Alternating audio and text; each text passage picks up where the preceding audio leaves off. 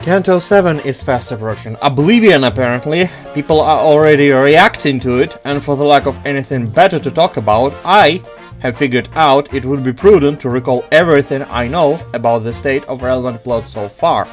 Being a true Project Moon fan, I didn't read the book by Miguel de Cervantes, but being slightly less true Project Moon fan, I have kept my ear to the ground and did hear some tidbits here and there, as well as try to pay attention to Limbus Company itself. I will speak of Limbus Company as if you have caught up to the lore of it.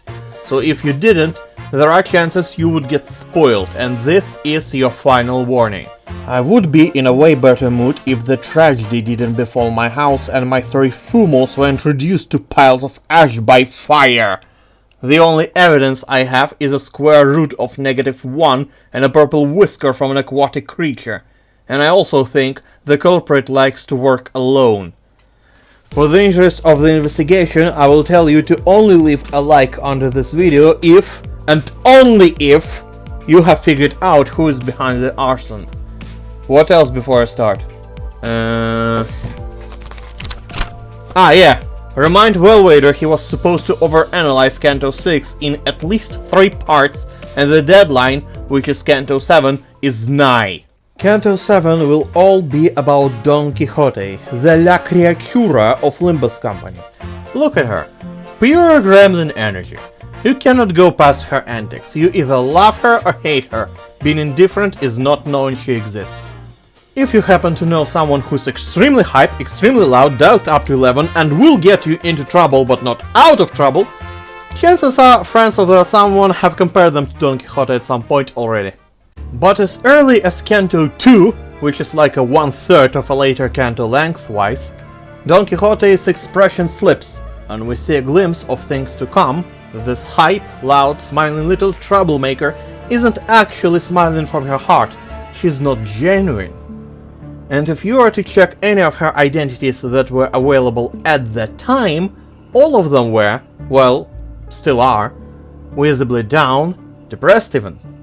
At the time, it almost felt like Kim Ji-hoon himself have noticed, wait, we are too obvious here, and released Sank Association Don Quixote, the first one to genuinely enjoy her job, and then followed up with more joyful Don Quixotes. But, times 2, for all cannot read memes, the Project Moon fans are still a part of the internet, and the internet never forgets. So perceived general consensus was that in Don's Canto her mask will slip and be demolished for good, and it would be more heartbreaking to witness than the entirety of the plot within Wuthering Heights. Why that heartbreaking? The reason for that can be somewhat traced to the Don Quixote's portrayal in media. According to the hearsay at my disposal, while there are depictions of Don Quixote that are faithful to the source material of Miguel de Cervantes' book, those that aren't that faithful portray Don Quixote as a man too idealistic for his time, to the point of self-harming naivete. And this kind of interpretation fits Limbus Company's Don Quixote as well, I think. She wants to believe in noble fixers that help people in need, which is a thought process that's quickly snuffed out in Project Moon's city. The rarer the thing is, the more precious it's perceived to be, and there is no thing rarer than Don Quixote's worldview, which makes it worth Don's weight in gold. So we can see just why it being just a mask that will be cast away for good is sad. But then the warp train intervallo happened, and everything we thought we knew has been thrown out of a window and set on fire. I have asked each and every source of my hearsay, and I can say with confidence that never before in the history of media was an occurrence where Don Quixote has been portrayed as a vampire. You can say the Limbus Company came first with the idea. Someone else might muse a lot more about the meaning of this, but I'm going to keep my speculations brief. Don Quixote knows about her bloodthirsty nature and the role of her shoes in it, but doesn't tell people because she really wants to not be that, to become something different, something that, in her eyes, is noble. It echoes the lesson of Hot from Lobotomy Corporation. Don Quixote hopes to be a better person, where her definition of a better person is a chivalrous fixer. Or maybe Donkey wasn't supposed to be more than a gremlin of silly, her ego beforehand was a choice just for the sake of uniqueness, and the Blood Fiend theme has been added later for retrospective because it fits. Who knows really? That's all for Don, but there are some other pieces of info to take into account. First, the given Canto's name describes not the events of itself, but the sinner it's dedicated to. I have seen people saying that the dream ending means Don Quixote is going to stop daydreaming, referencing to that mask castaway moment, but what it is more likely to be is Don Quixote herself, naturally, the dream ending.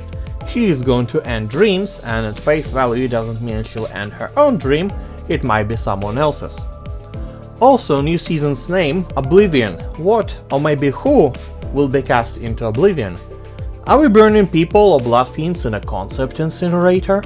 Second, one of the greatest threats in the history of Limbus Company is Hermann, our N-Corp researcher that seeks to do something with the mirror worlds. We thought she's out to destroy the mirror worlds, but then she seems to let Ahab roam those in search for her pallid will to harpoon, and actively dragged a different version of Heathcliff and Catherine, who wouldn't exist without mirror worlds to begin with. Also, how is it fair that a dumb big honcho of gang of criminals is a threat that Limbus Company wasn't supposed to meet, but an active corporation with the means to rob us of our most valuable asset, Dante's time, Vergilius expected to clobber at the very beginning and then shit-talked us for an entire half a Canto when we obviously couldn't. Sorry, I've lost control over my emotions there. What I meant to say is Hermann holds a track record of making us fail to retrieve a golden bow 100% of the time if she is or has been at the site at the time of or before our arrival, and I expect this trend to continue. If we see her in a flashback or see her in person, there will be no golden bow. Third, what kind of people that we are already seen among our identities will see in this Canto? Just before Canto 6, Heathcliff got an Ophi Association identity, and in Canto 6 there was an Ophi Association on site. In a way. So, would it happen here and we'll see David and Zwei? I don't believe so. Remember, just before Canto 5, Ishmael got a Leo Association identity, and in the whole Canto 5 there weren't a single Leo fixer. Come to think of it, the only fixers that were directly affiliated with an association that somewhat appear in the story were She Association fixers. Also, if I am to really put an all on a globe, 8 Association, but not even the game recognizes that. So no. Appearance of David and Zwei, like entry to the glorious Arstotzka, is not guaranteed.